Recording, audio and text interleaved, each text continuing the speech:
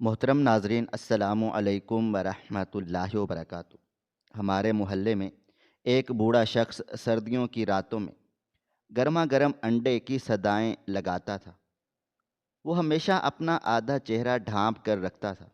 ایک رات میں نے اسے ٹھوکر کھاتے دیکھا اور اسے سہارا دینے بھاگا۔ قریب گیا تو اس کے ہاتھ پر وہی مخصوص نشان تھا جو میرے اس بھائی کے ہاتھ پر تھا جو 20 سال پہلے اغوا ہوا تھا۔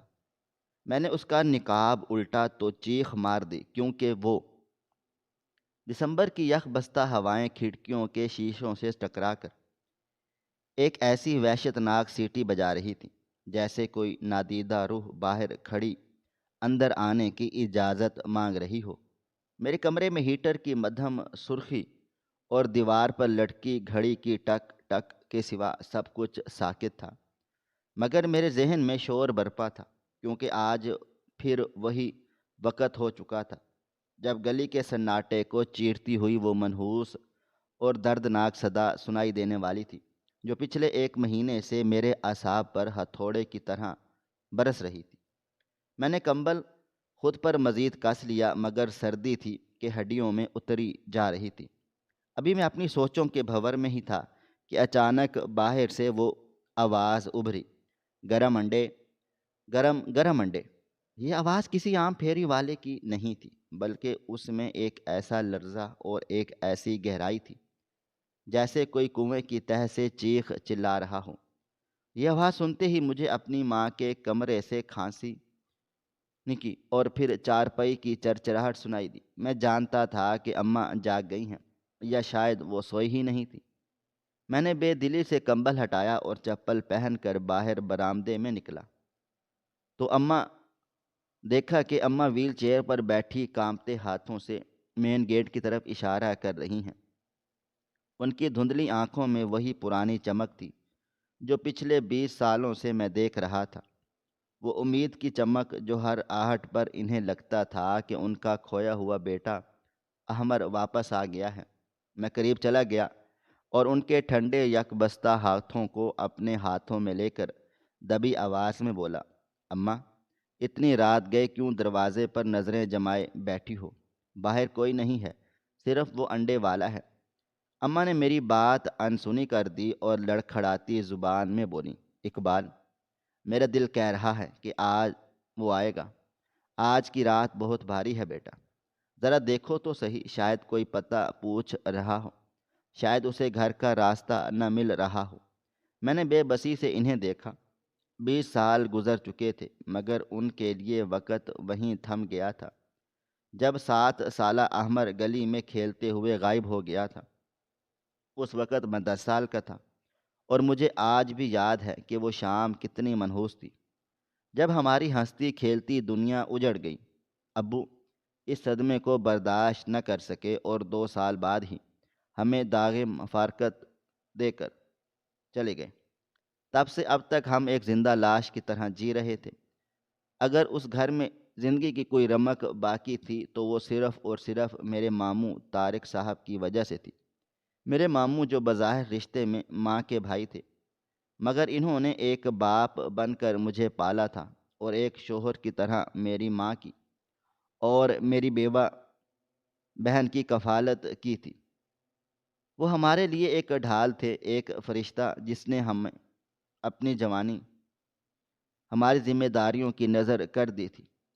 ابھی میں اماں کو دلاسا دے ہی رہا تھا کہ پیچھے سے ماموں طارق کے کمرے کا دروازہ کھلا اور وہ تسبیح پڑھتے ہوئے باہر نکلے۔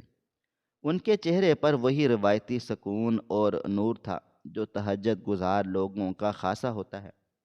انہوں نے سفید شال اوڑھ رکھی تھی اور ان کی شخصیت میں ایک ایسا رعب اور شفقت تھی کہ انسان بے اختیار ان کا ادب کرنے پر مجبور ہو جاتا۔ انہوں نے میرے کاندھے پر ہاتھ رکھا اور نرمی سے بولے، اقبال پتر، ابھی تک باجی کو سلایا نہیں؟ ڈاکٹر نے کہا ہے کہ انہیں آرام کی سخت ضرورت ہے، ان کا بی پی بڑھ جائے گا۔ میں نے نظریں جھکا کر کہا، ماموں جان، وہ انڈے والے کی آواز سن کر اٹھ بیٹھی ہیں، کہتی ہیں احمر آیا ہے۔ ماموں جان کے چہرے پر ایک سایہ سا لہرایا، ایک لمحے کے لیے ان کی آنکھوں میں عجیب سی نمی تیر گئی۔ وہ آگے بڑھے اور اماں کے گھٹنوں پر ہاتھ رکھ کر پیار سے بولے، باجی، احمر بھی آ جائے گا، اللہ کے گھر میں دیر ہے، اندھیر نہیں۔ تم یوں اپنی جان گھلاؤ گی تو جب وہ آئے گا تو اسے کون سینے سے لگائے گا؟ چلو شاباش، اندر چلو، میں نے تمہارے لیے گرم دودھ رکھا ہے۔ ماموں جان کا لہجہ اتنا محصور کن تھا کہ اماں ہمیشہ ان کی بات مان گئی، ہمیشہ کی طرح۔ ماموں نے مجھے اشارہ کیا اور خود اماں کی ویل چیئر دھکیلتے ہوئے کمرے میں لے گئے۔ میں وہیں برآمدے کے ستون سے ٹیک لگا کر کھڑا رہا تھا۔ باہر اب بھی گرم انڈے کی صدا آ رہی تھی۔ ایک عجیب سی بے چینی نے مجھے گھیرا ہوا تھا۔ یہ انڈے والا کوئی عام آدمی نہیں لگتا تھا۔ ہمارے محلے میں سردیوں میں کئی پھیری والے آتے تھے، مگر یہ بوڑھا کچھ الگ تھا۔ پچھلے کئی دنوں سے میں نوٹ کر رہا تھا کہ یہ ہمارے گھر کے آگے آ کر اپنی رفتار دھیمی کر لیتا ہے۔ اس کا حلیہ بھی عجیب تھا۔ پرانا بوسیدہ اوور کوٹ، سر پر اونی ٹوپی، اور چہرے کو ہمیشہ ایک بڑے سے کالے مفلر سے چھپائے رکھتا۔ صرف اس کی آنکھیں نظر آتی تھیں، جو ہمیشہ ہمارے گھر کی بالکنی یا کھڑکی پر جمی رہتی تھیں۔ کئی بار میں نے اسے گلی کے کونے پر کھڑے ہو کر گھنٹوں ہمارے گیٹ کو گھورتے ہوئے دیکھا تھا۔ شروع میں مجھے لگا شاید وہ کوئی چور ہے جو ریکی کر رہا ہے، مگر اس کی چال میں ایک لاچاری تھی۔ وہ ایک ٹانگ سے لنگڑا کر چلتا تھا، اور اس کی آواز میں جو درد تھا وہ کسی مجرم کا نہیں ہو سکتا تھا۔ مگر پھر بھی دل نہیں مانتا تھا۔ آج رات یہ بے چینی حد سے بڑھ گئی تھی۔ میں نے آہستگی سے مین گیٹ کھولا اور باہر جھانکا۔ گلی میں گھنی دھند تھی۔ اسٹریٹ لائٹ کی زرد روشنی میں دھند کے بگولے ناچ رہے تھے۔ وہ بوڑھا ہمارے گھر سے کچھ فاصلے پر اپنی ریڑھی کے ساتھ کھڑا تھا۔ اس کی ریڑھی پر ایک لاٹین ٹنگی ہوئی تھی، جس کی مدھم لو ہوا سے پھڑ پھڑا رہی تھی۔ جو ہی میں گیٹ سے باہر نکلا، اس بوڑھے نے چونک کر میری طرف دیکھا۔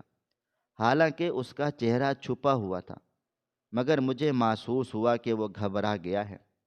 اس نے فوراً اپنی ریڑھی کو دھکا دیا اور لنگڑاتا ہوا تیزی سے آگے بڑھنے کی کوشش کرنے لگا۔ میرا شک یقین میں بدلنے لگا کہ یہ شخص ہم سے کچھ چھپا رہا ہے۔ میں نے اسے آواز دینا چاہی، مگر پھر رک گیا، کیونکہ ماموں ہمیشہ کہتے تھے کہ بیٹا، غریبوں اور مسکینوں پر شک نہیں کرتے۔ شاید وہ بیچارہ اپنی غربت کی وجہ سے ہم سے آنکھ ملانے سے کتراتا ہو۔ ہمیں اللہ تعالیٰ نے دیا ہے تو ہمیں عاجزی کرنی چاہیے۔ ماموں جان کی یہ باتیں میرے دل پر نقش تھیں۔ وہ انسان نہیں، فرشتہ تھے۔ مجھے یاد ہے جب میری نوکری نہیں لگ رہی تھی تو ماموں نے اپنی فیکٹری کے شیئرز بیچ کر مجھے کاروبار کروا دیا تھا۔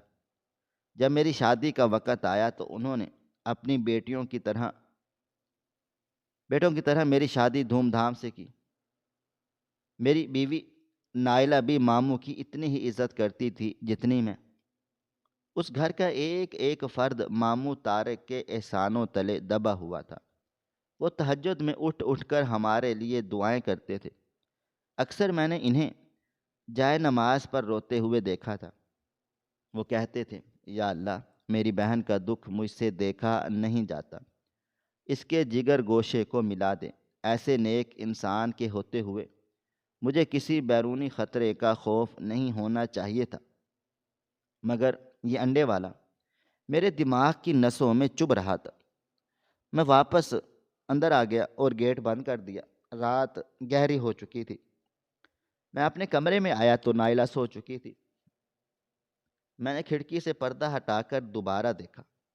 وہ بوڑھا اب گلی کے دوسرے موڑ پر جا چکا تھا، مگر اس کی آواز اب بھی ہوا کے دوش پر آ رہی تھی۔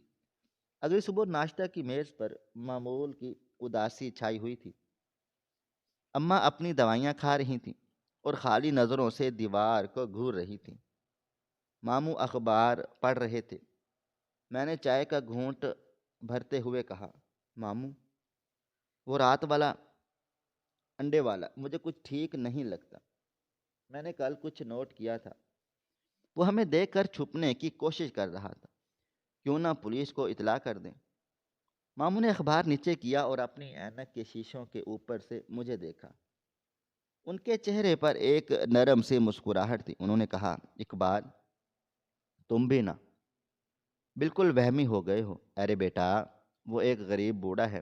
میں نے کل محلے کے چوکیدار سے پوچھا تھا۔ وہ بتا رہا تھا کہ بیچارہ بے گھر ہے، دن کو فٹ پاتھ پر سوتا ہے اور رات کو محنت مزدوری کرتا ہے تاکہ بھیک نہ مانگنی پڑے۔ ہمیں تو ایسے لوگوں کی مدد کرنی چاہیے، نہ کہ پولیس کے چکروں میں ڈال کر ان کی روزی روٹی بند کروائیں۔ دیکھو بیٹا، شک انسان کو اندر سے کھا جاتا ہے۔ اپنے دل کو صاف رکھو۔ مجھے اپنی چھوٹی سوچ پر شرمندگی ہوئی۔ ماموں کتنے عظیم تھے۔ وہ ہر کسی کے لیے مثبت سوچتے تھے۔ میں نے سر جھکا کر کہا، سوری ماموں، آپ ٹھیک کہتے ہیں۔ شاید احمر کے واقعے کے بعد میں بہت زیادہ محتاط ہو گیا ہوں۔ ماموں نے ایک گہری سانس لی اور بولے، میں سمجھتا ہوں بیٹا، وہ زخم ہی ایسا ہے جو بھرتا ہی نہیں، مگر ہمیں اللہ تعالیٰ کی ذات پر بھروسہ رکھنا چاہیے۔ اچھا سنو، آج مجھے فیکٹری سے دیر ہو جائے گی، تم اماں کا خاص خیال رکھنا، اور ہاں، واپسی پر ڈاکٹر سے ان کی دوائیاں لیتے آنا۔ یہ کہہ کر وہ اٹھے۔ انہوں نے اماں کے سر پر پیار دیا اور خدا حافظ کہہ کر چلے گئے۔ ان کے چلے جانے کے بعد گھر میں پھر وہی سکوت چھا گیا۔ دن گزر گیا اور شام کے سائے گہرے ہونے لگے۔ مغرب کے بعد اچانک موسم خراب ہو گیا۔ کالی گھٹاؤں نے آسمان کو گھیر لیا اور موسلا دھار بارش شروع ہو گئی۔ سردی کی شدت میں مزید اضافہ ہو گیا۔ بجلی چلی گئی اور پورا محلہ تاریکی میں ڈوب گیا۔ صرف بجلی کی کڑک اور بادلوں کی گرج سنائی دے رہی تھی۔ ہم سب لاؤنج میں بیٹھے موم بتی کی روشنی میں خاموش تھے کہ اچانک پھر سے وہی آواز آئی، گرم انڈے۔ بارش کے شور میں یہ آواز بہت کمزور مگر واضح تھی۔ میرا دل دھک سے رہ گیا۔ اتنی طوفانی بارش میں یہ کون بدبخت باہر پھر رہا ہے؟ اماں جو اب تک غنودگی میں تھی یکدم چونک اٹھی۔ وہ چیخ کر بولی، دروازہ کھولو، وہ آ گیا ہے۔ میرا احرم بارش میں بھیگ رہا ہے۔ اقبال، جاؤ دیکھو۔ میں نے انہیں سمجھانے کی کوشش کی، اماں وہ انڈے والا ہے، احمر نہیں۔ مگر وہ ضد کرنے لگیں اور رونے لگیں۔ ان کی حالت بگڑتی جا رہی تھی۔ وہ سانس لینے میں دشواری محسوس کر رہی تھی۔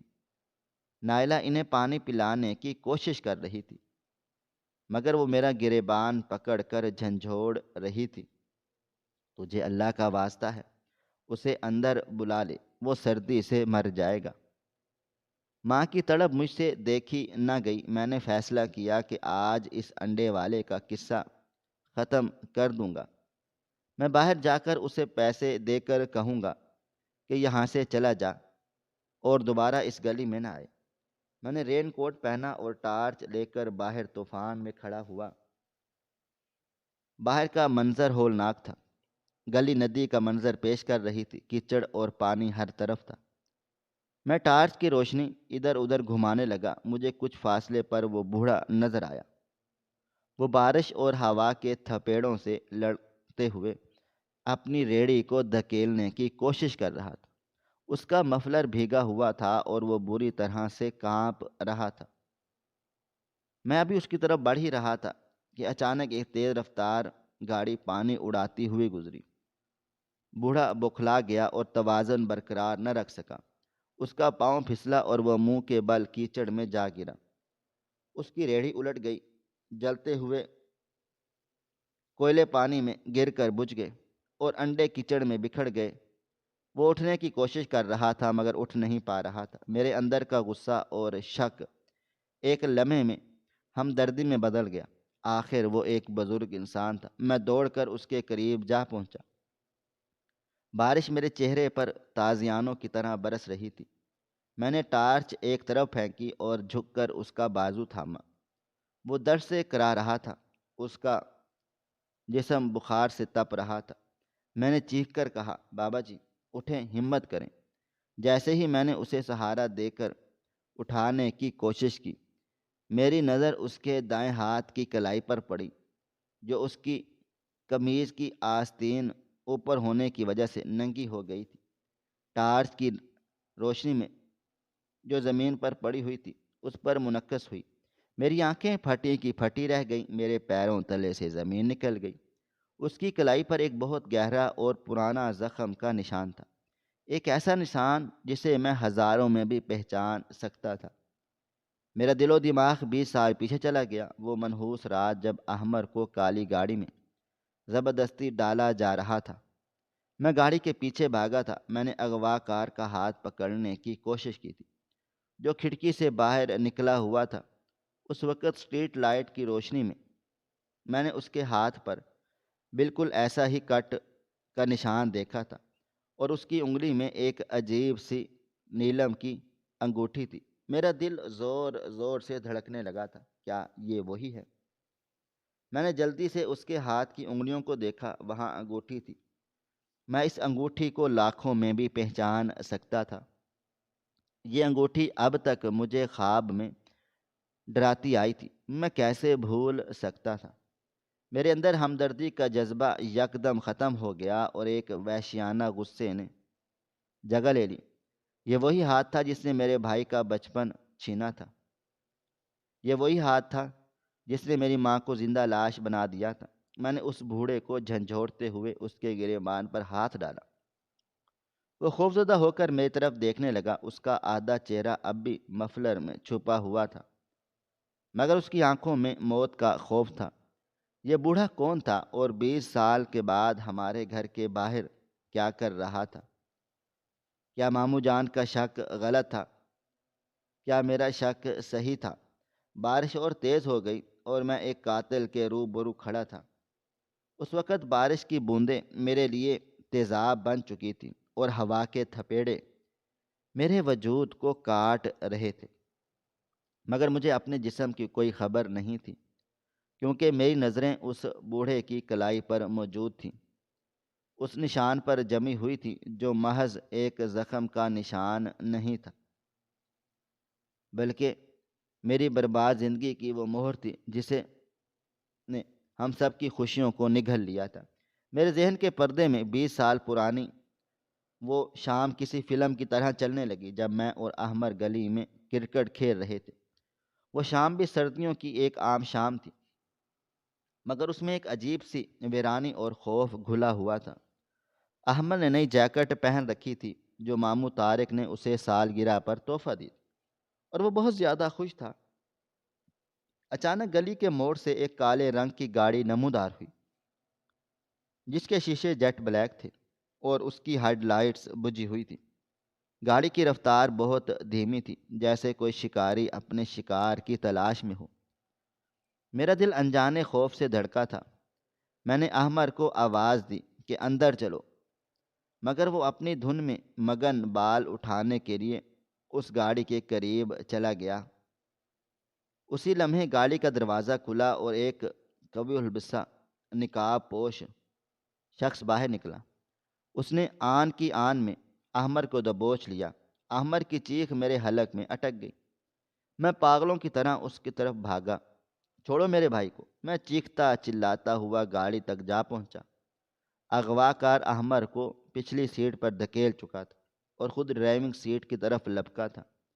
میں نے گاڑی کا ہینڈل پکڑ لیا اور شیشہ پیٹنے لگا۔ گاڑی تیزی سے چل پڑی تھی اور میں اس کے ساتھ گھسٹتا جا رہا تھا۔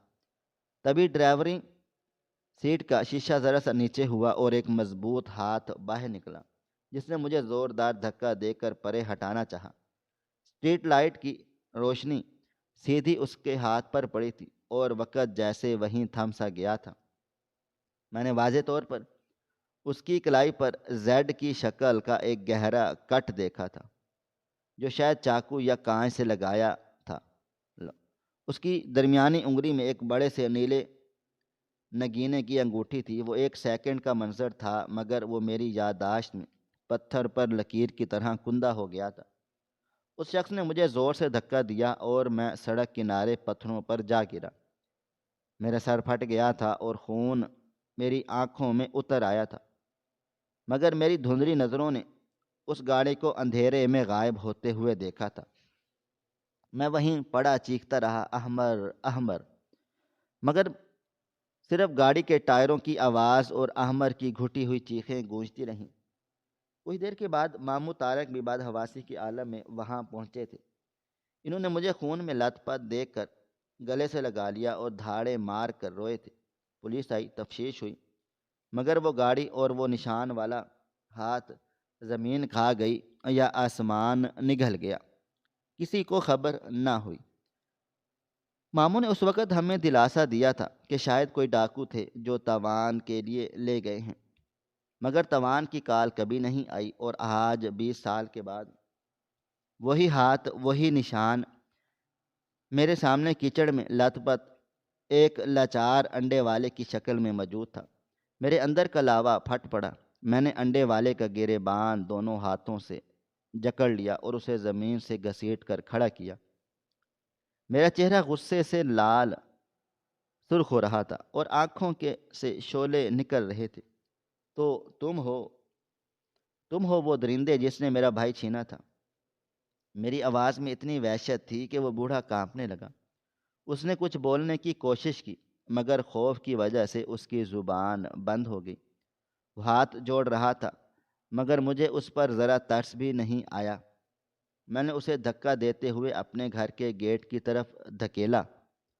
آج تم کہیں بھی نہیں جا سکتے، آج تمہیں حساب دینا ہوگا۔ وہ لڑکھڑاتا ہوا گرتا پڑتا میرے ساتھ گھسٹتا چلا گیا۔ بارش کی شدت اور بڑھ گئی تھی، جیسے آسمان بھی میرے غصے میں شامل ہو۔ میں اسے گھسیٹتا ہوا گھر کے گراج میں لے آیا اور فرش پر پٹخ دیا۔ میرے شور اور چیخ و پکار سن کر گھر کا اندرونی دروازہ کھلا اور ویل چیئر پر بیٹھی میری بیمار ماں اور ان کے پیچھے ماموں طارق گھبرا کر باہر نکلے۔ ماں نے جب اس ہنگامے کو دیکھا تو لرز اٹھی۔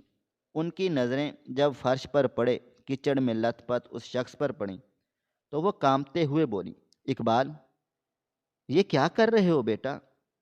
چھوڑ دو اسے، خدا کے لیے ظلم مت کرو۔ ماموں طارق بھی تیزی سے آگے بڑھے۔ ان کے ماتھے پر پسینے کے قطرے تھے، حالانکہ سردی شدید تھی۔ انہوں نے میرا بازو پکڑ کر مجھے پیچھے کھینچنا چاہا۔ اقبال، ہوش میں آ جاؤ، یہ کیا پاگل پن ہے؟ ایک غریب بزرگ پر ہاتھ اٹھاتے ہوئے تمہیں شرم نہیں آتی؟ چھوڑو اسے۔ ماموں کا لہجہ سخت تھا اور وہ مجھے زبردستی بوڑھے سے دور کرنے کی کوشش کر رہے تھے، مگر میں نے جھٹک کر اپنا بازو چھڑایا اور چیخ کر کہا، ماموں، آپ نہیں جانتے یہ کون ہے؟ آپ ارحم کی بات کر رہے ہیں؟ ذرا اس کے ہاتھ کو تو دیکھیں، یہ وہی نشان ہے، یہ وہی ہے جو احمر کو لے گیا تھا، یہ وہی قاتل ہے۔ میری بات سن کر جیسے گراج میں بجلی گر گئی ہو۔ ماں کے منہ سے ایک دل خراش چیخ نکلی اور وہ ویل چیئر سے گرنے کے قریب ہو گئی۔ ماموں طارق کے قدم وہیں رک گئے۔ ان کے چہرے کا رنگ ایک لمحے کے لیے زرد پڑ گیا، جیسے جسم سے سارا خون نچوڑ لیا گیا ہو۔ ان کی نظریں بوڑھے کی کلائی پر جم گئیں۔ ایک عجیب سی موت جیسی خاموشی گراج میں چھا گئی۔ بوڑھا فرش پر پڑا ہانپ رہا تھا اور اس کی نظریں سیدھی ماموں کے چہرے پر جمی ہوئی تھیں۔ ان دونوں کے درمیان ایک ایسی پر اسرار اور خوفناک نظروں کا تبادلہ ہوا جسے میں اس وقت سمجھ نہ سکا۔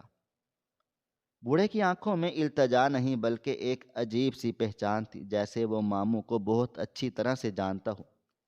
ماموں نے فوراً سنبھلتے ہوئے کہا، اقبال، تمہیں غلط فہمی ہوئی ہوگی، 20 سال پرانی بات ہے، ایسے نشان تو کسی کے بھی ہو سکتے ہیں، یہ محض اتفاق ہے۔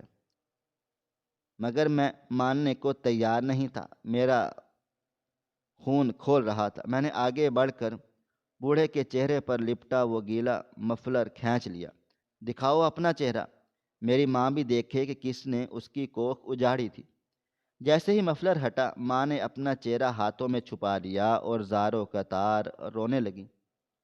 وہ کوئی انسانی چہرہ نہیں تھا، بلکہ گوشت کا ایک پگھلا ہوا لوتھڑا تھا۔ اس کا دایاں رخسار، ہونٹ اور آنکھ کے نیچے کا حصہ تیزاب سے اس قدر بری طرح جھلس چکا تھا کہ ہڈیاں تک محسوس ہو رہی تھی۔ وہ منظر اتنا کریا تھا کہ انسان دیکھ نہ سکے، لیکن میری نظر خوف پر حاوی تھی اور میں نے اس کی قمیض کا کالر پکڑ کر اسے جھنجھوڑا۔ ڈرامے بند کرو، بتاؤ احمر کہاں ہے؟ تم اسے کہاں لے کر گئے تھے؟ زندہ ہے یا مار دیا؟ بول ورنہ میں تیرا یہ بچہ کھچا چہرہ بھی بگاڑ دوں گا۔ بوڑھے نے اپنی واحد بچی ہوئی آنکھ سے میری طرف اور پھر میری روتی ہوئی ماں کی طرف دیکھا۔ اس کی آنکھ سے آنسو بہہ کر اس کے جلے ہوئے گال پر گر رہے تھے۔ اس نے کانپتے ہوئے ہونٹوں سے جو الفاظ نکالے وہ بم بن کر میرے دل و دماغ پر گرے۔ اس نے ماموں کی طرف اشارہ کرتے ہوئے نحیف اور ٹوٹی ہوئی آواز میں کہا، میں نے اسے اغوا نہیں کیا تھا صاحب جی، میں تو ایک صرف مہرا تھا، میں تو اسے بچانے کی کوشش کی تھی۔ مجھے حکم ملا تھا کہ ڈاکو بن کر جاؤ اور ڈرا دھمکا کر بچے کو لے آؤ۔ مجھے قسم دے کر کہا گیا تھا کہ بچے کو کچھ بھی نہیں ہوگا، بس تھوڑے دن کا کھیل ہے۔ میں مجبور تھا صاحب جی۔ میں نے حیرت اور صدمے سے پوچھا، کس نے حکم دیا تھا؟ کون تھا وہ جس نے تمہیں یہ سب کرنے کو کہا؟ بوڑھے نے کھانستے ہوئے خون تھوکا اور کانپتے ہوئے اپنے ہاتھوں سے جیب کی طرف اشارہ کیا۔ میری جیب میں وہ ثبوت ہے جو میں 20 سالوں سے سینے سے لگائے پھر رہا ہوں، تاکہ ایک دن سچ بتا سکوں۔ یہ سنتے ہی ماموں طارق جو اب تک خاموش اور بت بنے کھڑے تھے، اچانک مشتعل ہو کر آگے بڑھے۔ ان کی آنکھوں میں ایک عجیب سی وحشت اتر آئی تھی۔ یہ بکواس کر رہا ہے، یہ جھوٹا ہے، اقبال ہٹو پیچھے، میں پولیس کو فون کرتا ہوں، یہ ہمیں لوٹنے کے لیے آیا ہے۔ ماموں کی آواز میں پہلی بار میں نے گھبراہٹ اور بوکھلاہٹ محسوس کی تھی۔ وہ شخص جو ہمیشہ پرسکون رہتا تھا آج اتنا بے چین کیوں تھا؟ وہ کیوں نہیں چاہتا تھا کہ میں اس کی جیب چیک کروں؟ میرے دل و دماغ میں شکوک کے سانپ بل کھانے لگے۔ میں نے ماموں کو ہاتھ کے اشارے سے روکا اور خود بوڑھے کی جیب میں ہاتھ ڈالا تو میری انگلیوں نے ایک پرانی آڈیو کیسٹ اور ایک مڑے تڑے کاغذ کو چھوا۔ میری کانپتی ہوئی انگلیوں نے جب اس بوڑھے کی جیب سے وہ بوسیدہ کاغذ اور پرانی آڈیو کیسٹ نکالی تو مجھے اندازہ نہیں تھا کہ میں اپنے ہاتھوں میں کاغذ کا ٹکڑا نہیں بلکہ اپنی تباہی کا پروانہ تھامے ہوئے ہوں۔ گراج میں پھیلی ہوئی موت جیسی خاموشی میں صرف بارش کا شور اور میری ماں کی سسکیاں سنائی دے رہی تھیں۔ ماموں طارق کی سانسیں پھول چکی تھیں اور ان کی آنکھوں میں اس کاغذ پر گڑی ہوئی تھی جسے وہ اپنی موت کا نشستہ پڑھ رہے ہوں۔ میں نے ٹارچ کی روشنی اس پیلے پڑ جانے والے کاغذ پر ڈالی۔ بارش کی بوندیں اس کاغذ کو بھگو رہی تھی، مگر وہ روشنائی اب بھی واضح تھی۔ تحریر پڑھتے ہی میرے دل و دماغ میں ہزاروں دھماکے ہوئے۔ وہ ہینڈ رائٹنگ کسی اجنبی کی نہیں تھی بلکہ انہی کے ہاتھوں کی ہی تھی جنہوں نے مجھے پڑھنا لکھنا سکھایا تھا۔ یہ میرے ماموں طارق کی لکھائی تھی جسے میں لاکھوں میں پہچان سکتا تھا۔ کاغذ پر لکھا تھا، سلیم، کام آج ہی رات ہونا چاہیے۔ بچے کو اٹھا کر پرانی حویلی لے جاؤ، دھیان رہے اسے خراش تک نہ آئے۔ بس اسے میری بہن کی نظروں سے دور کرنا ہے، باقی پیسے کام ہونے کے بعد مل جائیں گے۔ میرے پیروں تلے سے زمین نکل گئی، آسمان میرے سر پر آ گرا۔ میں نے بے یقینی سے سر اٹھا کر ماموں کی طرف دیکھا، وہ شخص جو میرے لیے باپ کا درجہ رکھتا تھا، وہ شخص جس کی قسمیں میں لوگوں کے سامنے کھاتا تھا، آج وہ میرے سامنے ایک مجرم بن کر کھڑا تھا۔ میرے منہ سے بامشکل نکلا، ماموں یہ آپ کی لکھائی ہے؟ ماموں طارق جو اب تک خود کو سنبھالنے کی کوشش کر رہے تھے اچانک میرے ہاتھ سے کاغذ چھیننے کے لیے جھپٹے۔ ان کے چہرے سے شرافت کا نقاب اتر چکا تھا اور وہاں خوف اور درندگی ناچ رہی تھی۔ لاؤ یہ کاغذ ادھر لاؤ، یہ جھوٹ ہے، یہ سازش ہے میرے خلاف۔ مگر میں نے پھرتی سے پیچھے ہٹ کر کاغذ اپنی جیب میں ڈال لیا اور ایک انہیں زوردار دھکا دے دیا۔ ماموں لڑکھڑا کر پیچھے دیوار سے جا ٹکرائے۔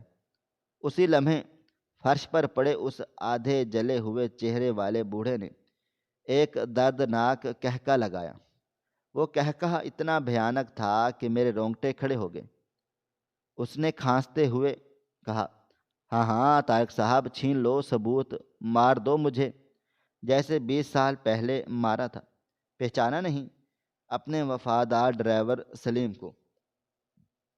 وہی سلیم جسے تم نے اپنے بھانجے کو اغوا کرنے کا حکم دیا تھا، اور جب میں کام کر کے واپس آیا تو تم نے ثبوت مٹانے کے لیے مجھ پر تیزاب پھینکوا دیا اور گولی مار دی تاکہ یہ راز ہمیشہ ہمیشہ کے لیے دفن ہو جائے۔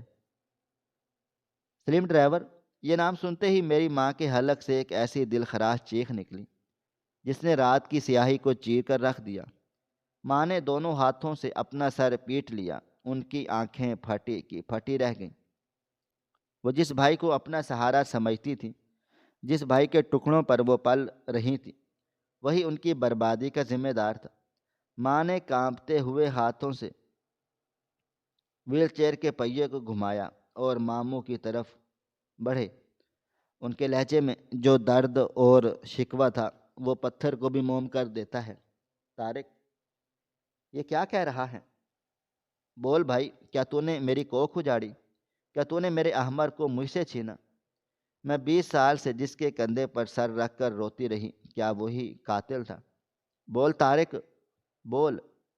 ماں کی آواز میں اتنی شدت تھی کہ ماموں طارق نظریں نہ ملا سکے۔ وہ دیوار کے ساتھ لگ کر کھڑے تھے اور ان کا جسم لرز رہا تھا۔ ان کی خاموشی نے ان کا جرم ثابت کر دیا۔ میں نے غصے سے آگے بڑھ کر ماموں کا گریبان پکڑ لیا اور انہیں جھنجھوڑا۔ جواب دیں میری ماں کو، کیوں کیا آپ نے ایسا؟ کیا دشمنی تھی آپ کو ہم سے؟ ہم تو آپ کو فرشتہ سمجھتے تھے، آپ تو آستین کے سانپ نکلے۔ آپ نے تو ہمیں برباد کر دیا۔ ماموں، آپ نے ہمیں کہیں کا بھی نہیں چھوڑا۔ ماموں نے مجھے پرے دھکیلنے کی کوشش کی، مگر آج میرے اندر 20 سال کا جمع شدہ غصہ تھا۔ میں نے انہیں زمین پر گرا دیا اور ان کے سینے پر چڑھ بیٹھا۔ بتاؤ احمر کہاں ہے؟ زندہ ہے یا مار دیا؟ میری آنکھوں میں خون اتر آیا تھا۔ میں شاید آج انہیں جان سے مار دیتا اگر بوڑھے سلیم کی آواز نہ آتی۔ چھوڑ دو اسے صاحب جی، یہ اب کچھ بھی نہیں کر سکتا، یہ تو خود ایک زندہ لاش ہے۔ اس نے احمر کو نہیں مارا، یہ اسے مار نہیں سکتا تھا کیونکہ اسے احمر کی لاش نہیں بلکہ اس کی غیر موجودگی چاہیے تھی۔ میں نے ہانپتے ہوئے ماموں کو چھوڑا اور پلٹ کر سلیم کی طرف دیکھا۔ کیا مطلب؟ احمر کہاں ہے؟ ماں بھی امید اور خوف کی ملی جلی کیفیت میں مبتلا سلیم کا منہ تکنے لگی۔ سلیم نے درد سے کراہتے ہوئے کہا، اس رات جب میں احمر کو لے کر پرانی حویلی پہنچا تو طارق صاحب پہلے سے وہاں سے موجود تھے۔ انہوں نے احمر کو نشے کا ٹیکہ لگا کر بے ہوش کر دیا۔ میں سمجھا کہ شاید یہ سب پیسوں کے لیے کر رہے ہیں، لیکن جب میں نے اپنا حصہ مانگا تو انہوں نے مجھ پر گولی چلا دی۔ میں دریا میں جا گرا، میرا چہرہ تیزاب سے جل گیا۔ میں بچ تو گیا لیکن اپنی پہچان کھو بیٹھا۔ 20 سال میں بھٹکتا رہا، بھیک مانگتا رہا، صرف اس لیے زندہ رہا کہ ایک دن آ کر بتا سکوں کہ جس بھائی کے لیے تم دعا کرتی ہو وہی تمہارا مجرم ہے۔ سلیم کی باتیں سن کر ماں پر غشی طاری ہونے لگی۔ ان کا سانس اکھڑ رہا تھا۔ یہ صدمہ ان کے لیے ناقابل برداشت تھا کہ سگے خون نے ان کے ساتھ اتنا بڑا دھوکہ کیا۔ ماموں طارق اب زمین پر بیٹھے سر جھکائے رو رہے تھے۔ ان کے آنسو مگر مچھ کے آنسو لگ رہے تھے۔ میں نے نفرت سے ان کی طرف تھوکا، آپ رو رہے ہیں؟ شرم آنی چاہیے آپ کو، آپ انسان کہلانے کے لائق نہیں ہیں۔ میں نے جیب سے موبائل فون نکالا اور 15 پر کال ملا دی۔ میں پولیس کو بلا رہا ہوں، اب آپ جیل میں سڑیں گے۔ پولیس کا نام سنتے ہی طارق نے سر اٹھایا۔ اس کی آنکھوں میں اب وہی تکبر تھا جو ایک شاطر مجرم کی آنکھوں میں ہوتا ہے۔ انہوں نے ٹھنڈی آہ بھری اور بولے پولیس کو بلا لو اقبال، مجھے کوئی فرق نہیں پڑتا، ویسے بھی یہ بوجھ اٹھائے میں تھک گیا تھا، لیکن یاد رکھنا اگر میں جیل چلا گیا تو تمہیں کبھی پتہ نہیں چلے گا کہ احمد زندہ ہے بھی یا نہیں، اور اگر زندہ ہے تو کس حال میں ہے۔ یہ سنتے ہی ماں جو ہوش کھو رہی تھی ایک دم تڑپ کر اٹھی۔ میرا احمد، طارق مجھے میرا بچہ دے دے، میں تجھ سے کوئی بدلہ نہیں لوں گی، میں پولیس کو کچھ بھی نہیں کہوں گی، بس مجھے میرا احمد لا دے۔ ماں نے ویل چیئر سے گر کر گھسیٹتے ہوئے ماموں کے پاؤں پکڑ لیے۔ یہ منظر دیکھ کر میرا کلیجہ پھٹ گیا۔ ایک ماں اپنے بچے کے اغوا کار کے پاؤں میں پڑی بھیک مانگ رہی تھی، اور وہ اغوا کار اس کا اپنا سگا بھائی تھا۔ ماموں نے بے حسی سے اپنے پاؤں چھڑائے اور کھڑے ہو گئے۔ میں نے آگے بڑھ کر ماں کو اٹھایا اور سینے سے لگا لیا۔ نہیں ماں، اب اس درندے کی منتیں نہیں کرنی، اب قانون اس سے بات کرے گا۔ تبھی باہر پولیس کے سائرن کی آوازیں گونجنے لگیں۔ نیلی اور لال بتیوں نے گراج کو روشن کر دیا۔ پولیس کو شاید پڑوسیوں نے شور سن کر بلا لیا تھا۔ انسپکٹر اپنے جوانوں کے ساتھ اندر داخل ہوا۔ اس نے پستول تان رکھی تھی۔ ہاتھ اوپر کر دو سب۔ میں نے ماموں کی طرف اشارہ کیا۔ انسپکٹر صاحب، پکڑ لیں اس شخص کو، یہ اغوا کار ہے، اس نے 20 سال پہلے میرے بھائی کو اغوا کر لیا تھا، اور اس بوڑھے ڈرائیور کو مارنے کی کوشش کی گئی تھی۔ انسپکٹر نے حیرت سے ماموں طارق کی طرف دیکھا جو شہر کے معززین میں شمار ہوتے تھے۔ ماموں نے کوئی مزاحمت نہیں کی، انہوں نے خاموشی سے اپنے ہاتھ آگے کر دیے۔ ہتھ کڑی لگتے ہی ماں کی چیخیں آسمان کو ہلانے لگی۔ طارق، کیوں کیا تم نے ایسا؟ تجھے میری ممتا پر رحم نہیں آیا؟ ہم تو ایک ہی ماں کا خون تھے۔ ماموں نے جاتے جاتے مڑ کر میری اور ماں کی طرف دیکھا۔ ان کی آنکھوں میں ایک عجیب سی ویرانی تھی۔ انہوں نے دبی آواز میں کہا، باجی، تم پوچھتی ہو نا کہ میں نے ایسا کیوں کیا؟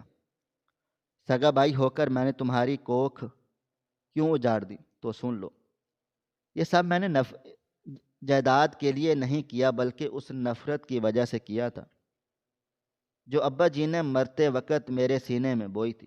وہ راز جو 20 سال اسے میرے سینے میں دفن ہے۔ پولیس ماموں کو گھسیٹتی ہوئی لے گئی۔ بوڑھے سلیم کو ایمبولنس والے لے گئے، لیکن ہم ماں بیٹا بارش میں بھیگتے ہوئے وہیں کھڑے رہے۔ ہمارے سوال وہیں تھے، احمد کہاں ہے؟ اور وہ کون سا راز تھا جس نے ایک بھائی کو اتنا ظالم بنا دیا تھا؟ ماں صدمے سے بالکل خاموش ہو چکی تھی۔ ان کی آنکھوں پتھرا گئی تھیں۔ مجھے ڈر تھا کہ کہیں میں اپنی ماں کو بھی نہ کھو دوں۔ ماموں نے جاتے جاتے جس راز کا اشارہ دیا تھا وہ یقیناً احمد کی زندگی اور موت کا فیصلہ کرنے والا تھا۔ تھانے کے تفتیشی کمرے میں لٹکا ہوا وہ زرد بلب اپنی آخری سانسیں لے رہا تھا، اور اس کی ٹمٹماتی روشنی میں ماموں طارق کا چہرہ کسی بھیانک خواب جیسا لگ رہا تھا۔ انسپکٹر کے لہجے کی سختی اور حوالات کی وحشت نے آخر کار اس بت کو توڑ دیا جسے ہم اپنی زندگی کا مسیحا سمجھتے رہے تھے۔ جب انسپکٹر نے آخری وار کرتے ہوئے کہا کہ طارق صاحب، اب بھی وقت ہے، بتا دو وہ لڑکا کہاں ہے، ورنہ قانون کے ہاتھ تمہارے گریبان سے تمہاری روح تک پہنچ جائیں گے، تو ماموں طارق نے شکست خوردہ انداز میں سر جھکا لیا، اور ان کے منہ سے نکلنے والے الفاظ نے میرے وجود میں سرد لہر دوڑا دی۔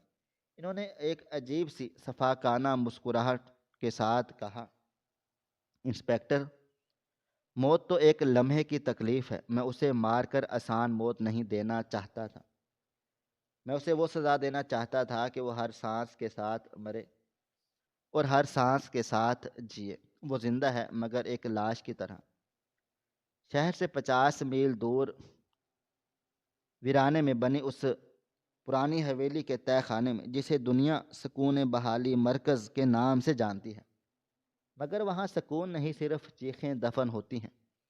یہ سنتے ہی میرے پیروں تلے سے زمین سرک گئی۔ ماموں کا یہ روب میری سمجھ سے بالا تر تھا۔ ایک سگا ماموں اتنا ظالم کیسے ہو سکتا ہے؟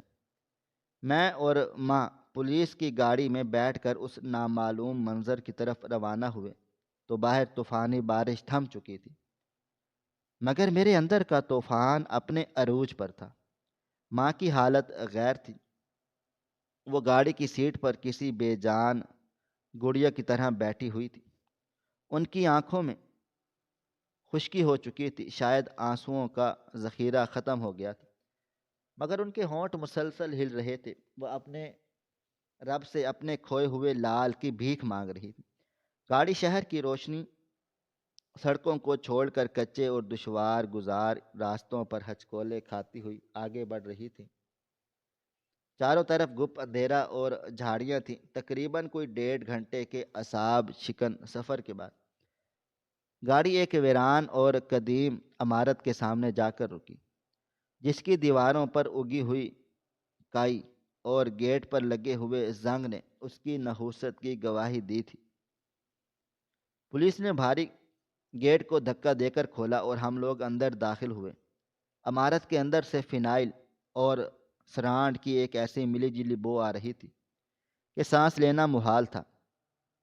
یہ دراصل ایک غیر قانونی پاگل خانہ تھا، جہاں امیر لوگ اپنے ناپسندیدہ رشتہ داروں، جائیداد کے وارثوں اور دشمنوں کو پاگل قرار دے کر قید کرواتے تھے اور بھاری رقم دے کر انہیں زندہ درگور کرواتے تھے۔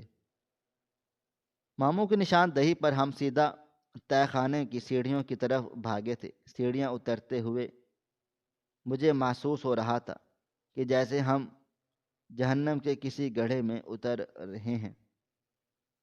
ہر قدم پر دل کی دھڑکن تیز ہو رہی تھی۔ تہہ خانے کی گھٹن اور حبس تھا۔ وہاں لوہے کے کئی دروازے تھے جن کے پیچھے سے عجیب و غریب آوازیں، کہے اور رونے کی آوازیں آ رہی تھیں۔ آخر کار کمرہ نمبر 9 کے سامنے رکے۔ یہ وہ قبر تھی جہاں میرا بھول جیسا بھائی 20 سالوں سے دفن تھا۔ انسپکٹر نے عملے کے ایک خوفزدہ ملازم سے چابی لے کر تالے میں گھمائی۔ لوہے کا بھاری دروازہ ایک کریہ آواز کے ساتھ کھلا۔ اندر گھپ اندھیرا تھا۔ میں نے اپنے موبائل کی ٹارچ جلائی اور کانپتے قدموں سے اندر داخل ہوا۔ روشنی کی کرن جیسے ہی کمرے کے آخری کونے پر پڑی، وہاں موجود منظر دیکھ کر میری ماں دہلیز پر ہی گر گئی اور ان کے حلق سے ایک ایسی فلک شگاف چیخ نکلی جس نے پوری عمارت کی دیواروں کو ہلا کر رکھ دیا تھا۔ فرش پر گندگی اور کیچڑ کے درمیان ایک انسانی ڈھانچہ نما وجود سکڑا ہوا بیٹھا تھا۔ اس کے جسم پر کپڑوں کے نام پر صرف چیتھڑے لٹک رہے تھے۔ سر کے بال اور داڑھی اتنی بڑی ہوئی تھی کہ چہرہ چھپ گیا تھا۔ اس کے ہاتھوں اور پیروں میں جانوروں کی طرح موٹی زنجیریں بندھی ہوئی تھیں جن کے زخموں سے پیپ بہہ رہی تھی۔ ٹارچ کی روشنی پڑتے ہی وہ وجود سہم کر دیوار کے ساتھ چپک گیا اور اپنے گھٹنوں میں سردے کر شدت سے کانپنے لگا۔ میں نے اپنے آنسوؤں کو ضبط کرتے ہوئے پکارا، احمر، میرے پیارے بھائی۔ میری آواز سن کر اس نے آہستہ سے سر اٹھایا۔ اس کی آنکھیں ویران تھیں۔ ان میں کوئی پہچان، کوئی امید، کوئی زندگی نہیں تھی، صرف وحشت اور خوف کا ڈیرا تھا۔ میں نے روتے ہوئے اسے گلے سے لگانے کے لیے ہاتھ بڑھائے۔ اس نے زور سے چیخ ماری اور پیچھے ہٹ گیا۔ وہ اپنے ہاتھ جوڑ کر بچوں کی طرح گڑ گڑانے لگا اور وہ الفاظ بولے جس نے اس راز سے پردہ اٹھا دیا جو 20 سالوں سے پوشیدہ تھا۔ وہ روتے ہوئے بولا، ماموں مجھے مت مارو، مجھے کرنٹ مت لگاؤ۔ ماموں، میں نے کچھ بھی نہیں دیکھا، میں کسی کو بھی نہیں بتاؤں گا کہ تم نے نانا کو زہر دیا تھا، میں چپ رہوں گا۔ ماموں مجھے کھانا دے دو، میں گواہی نہیں دوں گا۔ اس کے ان الفاظوں نے وہاں موجود ہر شخص کو منجمد کر دیا تھا۔ انسپکٹر بھی ساکت رہ گیا۔ یہ تھا وہ راز، یہ تھی وہ وجہ، ماموں کی دشمنی کی وجہ۔ جائیداد کا لالچ تو تھا ہی، مگر اصل وجہ ڈر تھا۔ احمر وہ واحد گواہ تھا جس نے 7 سال کی عمر میں غلطی سے ماموں کو نانا کی دوائی میں زہر ملاتے دیکھ لیا۔ نانا کی موت طبعی نہیں، قتل تھی۔ ماموں کو ڈر تھا کہ یہ بچہ بڑا ہو کر کبھی بھی اس راز کو اگل سکتا ہے، اس لیے اس نے گواہ کو مٹانے کے لیے اور وارث کو سزا دینے کے لیے یہ شیطانی کھیل رچایا تھا۔ ماں گھسیٹتی ہوئی احمر کے پاس پہنچی اور اس کے میلے کچیلے چہرے کو اپنے ہاتھوں میں تھام لیا۔ میرا بچہ، میں تیری ماں ہوں، دیکھ میں آ گئی ہوں، تجھے لینے آئی ہوں۔ احمر ماں کو خالی نظروں سے دیکھتا رہا، پھر اچانک اس کی نظر ماں کی گود میں پڑے ہوئے میرے ہاتھ پر گئی۔ اس نے میرا ہاتھ تھام لیا اور میری انگلیوں کو ٹٹولنے لگا۔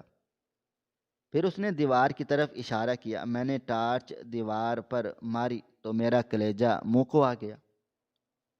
وہ منظر کسی بھی احساس انسان کو پاگل کر دینے کے لیے کافی تھا۔ پوری دیوار پر کوئلے اور پتھروں کی لکیروں ماری گئی تھی اور ہر جگہ ایک ہی تصویر بنانے کی کوشش کی گئی تھی۔ ایک بستر پر لیٹا ہوا بوڑھا اور ہاتھ میں زہر کا پیالہ پکڑے ایک آدمی۔ وہ 20 سال سے اس کال کوٹری میں روزانہ اپنی یادداشت کو دیواروں پر نقش کر رہا تھا تاکہ بجلی کے جھٹکے اور تشدد اسے یہ نہ بھلا نہ دیں کہ اس کے نانا کے ساتھ کیا ہوا۔ اس کا دل و دماغ شاید اب معاف ہو چکا تھا، مگر وہ خوفناک منظر اس کی روح میں اٹک گیا تھا۔ پولیس والوں کی آنکھوں میں بھی آنسو تھے۔ ہم نے احمر کی زنجیریں کاٹی۔ جب اسے باہر لایا گیا تو اسے چلنے کی عادت نہیں تھی، اس کی ٹانگیں جواب دے چکی تھی۔ میں نے اسے اپنی گود میں اٹھایا۔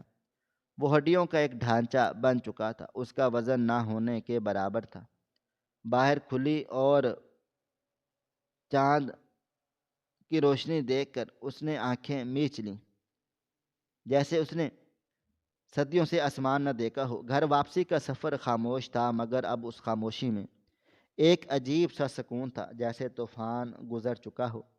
اگلے دن جب ماموں طارق کو ہتھ کڑیاں لگا کر عدالت لے جایا جا رہا تھا تو میڈیا کا ہجوم تھا۔ میں وہاں پر موجود تھا۔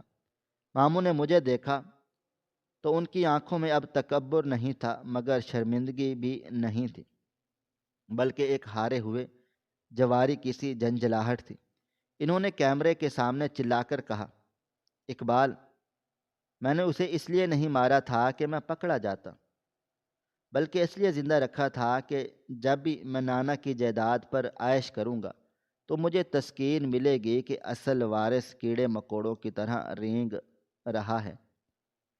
ابا جی نے مرتے وقت کہا تھا کہ طارق، تم نالائق ہو، تم میری اولاد کہلانے کے بھی لائق نہیں ہو۔ میری ساری جائیداد صرف اور صرف احمر کے لیے ہے۔ اس جملے نے مجھے درندہ بنا دیا تھا۔ میں نے اس کی زندگی چھین کر ثابت کیا کہ طاقتور میں ہوں۔ ماموں کو لے جایا گیا اور انہیں عمر قید کی سزا ہوئی اور ان کی جائیدادیں ضبط کر لی گئیں۔ ہم احمر کو گھر لے آئے۔ بہترین نفسیاتی ڈاکٹروں سے اس کا علاج شروع ہوا۔ شروع کے دن بہت مشکل تھے۔ وہ کمرے کی لائٹ بند ہونے پر چیختا چلاتا تھا، کھانے کی پلیٹ چھپا لیتا تھا اور کہیں کوئی چھین نہ لے جائے، اور کسی مرد کو اپنے قریب نہیں آنے دیتا تھا۔ مگر ماں کی محبت، ممتا کا لمس اور میری دوستی نے آہستہ آہستہ اس کے زخم بھرنا شروع کر دیے۔ اس کا چہرہ تو صاف ہو گیا، وہ ہمیں پہچاننے بھی لگا، مگر اس کی آنکھوں میں ایک خلا ہمیشہ کے لیے رہ گیا۔ وہ اکثر راتوں کو اٹھ کر دیوار پر انگلی سے تصویریں بنانے لگتا اور پھر ڈر کر میرے بستر میں گھس جاتا۔ وہ بوڑھا انڈے والا سلیم ڈرائیور، جس کا چہرہ ماموں کی گولی اور تیزاب سے مسخ ہوا تھا، ہم نے اسے بھی اپنے گھر کا فرد بنا لیا۔ وہ احمر کا سب سے وفادار محافظ بن گیا۔ اب سردیوں کی راتوں میں ہمارے محلے میں گرم انڈے کی صدا نہیں لگتی تھی، بلکہ ہمارے گھر کے لان میں شام کی چائے پر 3 کرسیاں لگی ہوتی ہیں، جن میں سے ایک پر احمر بیٹھا ہوتا ہے، دوسری پر میں اور تیسری پر سلیم ڈرائیور۔ ہم گھنٹوں خاموش رہتے ہیں، مگر یہ خاموشی دنیا کی سب سے بڑی گواہ ہے کہ لالچ، انا اور نفرت انسان کو اپنوں کا ہی شکاری بنا دیتی ہے، مگر قدرت کا قانون اٹل ہے۔ ظلم کی عمر چاہے 20 سال ہو یا 100 سال، اسے ایک دن بے نقاب ہونا ہی ہوتا ہے۔ احمر واپس آ گیا تھا، ہم نے اسے پا لیا تھا، مگر اس کا کھلکھلاتا بچپن، اس کی چڑھتی جوانی اور اس کی معصوم ہنسی، وہ کال کوٹری نگل گئی تھی۔ اور یہی وہ دکھ تھا جو شاید قبر تک ہمارے ساتھ جانا تھا۔ مگر پھر بھی جب کبھی احمر مسکرا کر مجھے بھائی کہتا ہے تو مجھے لگتا ہے کہ شاید زندگی ابھی پوری طرح ہاری نہیں ہے۔ ناظرین، آپ کو ہماری آج کی کہانی کیسی لگی؟ کمنٹ باکس میں اپنی رائے کا اظہار ضرور کریں۔ خواہش صرف اتنی ہے کہ کچھ الفاظ لکھوں جسے کوئی گمراہی کے راستے پہ جاتے جاتے رک جائے، اور نہ بھی رکے تو سوچ میں ضرور پڑ جائے۔ پیارے دوستوں، امید کرتا ہوں کہ آپ کو یہ ہماری کہانی پسند آئی ہوگی۔ کہانی پسند آئی ہو تو ویڈیو کو لائک کریں، کمنٹس کریں، شیئر کرنا بالکل بھی نہ بھولیں۔ اور ہاں، اگر آپ لوگ اس چینل پر نئے ہیں تو ہمارے چینل ہریرا انفو کو سبسکرائب ضرور کر لیں اور نوٹیفیکیشن کو ضرور دبا دیں تاکہ آنے والی کہانی سب سے پہلے آپ کو مل سکے۔ ملتے ہیں کل ایک نئی اور دلچسپ کہانی کے ساتھ، تب تک اپنا ڈھیر سارا خیال رکھیے گا۔ اللہ حافظ۔